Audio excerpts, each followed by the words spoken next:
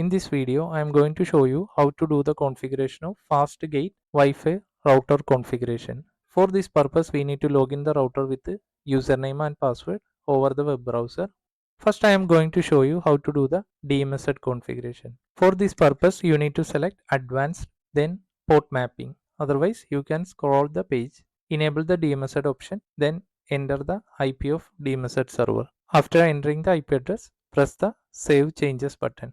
If you want to disable this option, we can disable the DMZ option. Every changes you need to press the Save Changes button.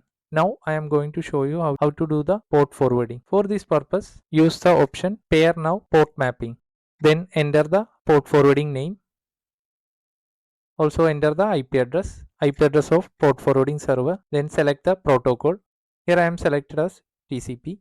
Then external start port and external end port.